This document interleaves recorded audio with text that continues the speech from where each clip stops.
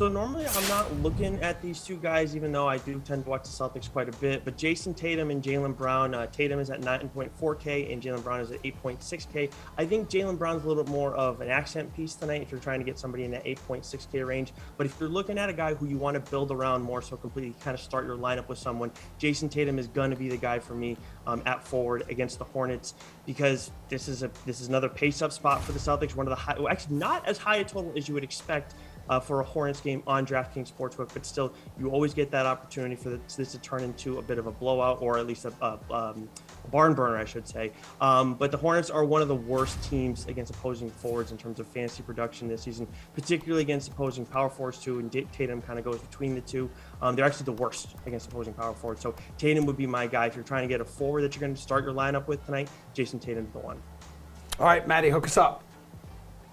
I'm going to go right back to the Jazz. With Donovan Mitchell out, I think that playing a whole lot of Utah guys will be a popular strategy, but there's so much expectation for fantasy points across the board with this team that you probably need someone. And if Jordan Clarkson is the guy that everyone's playing, I think we just go over to forward and look at Bojan Bogdanovic at 5,800.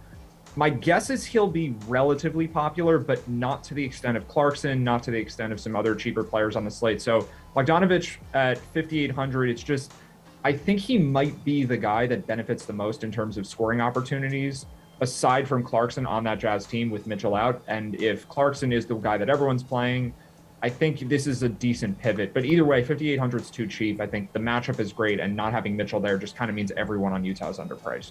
All right, Garion, who's got a good matchup tonight at the forward spot?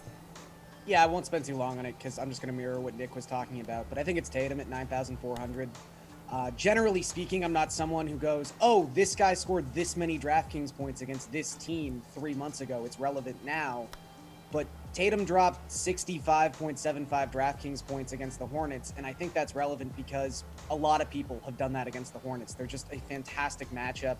As Nick talked about, they are a high-paced team, second fastest pace in the NBA. They're also a terrible defensive team. They have the 5th worst defensive rating in the NBA. You can't ask for much more than that. Tatum's been pretty good lately. He's been doing a little bit in secondary categories, which is really what you need from the guy. You know you're going to get 25 points.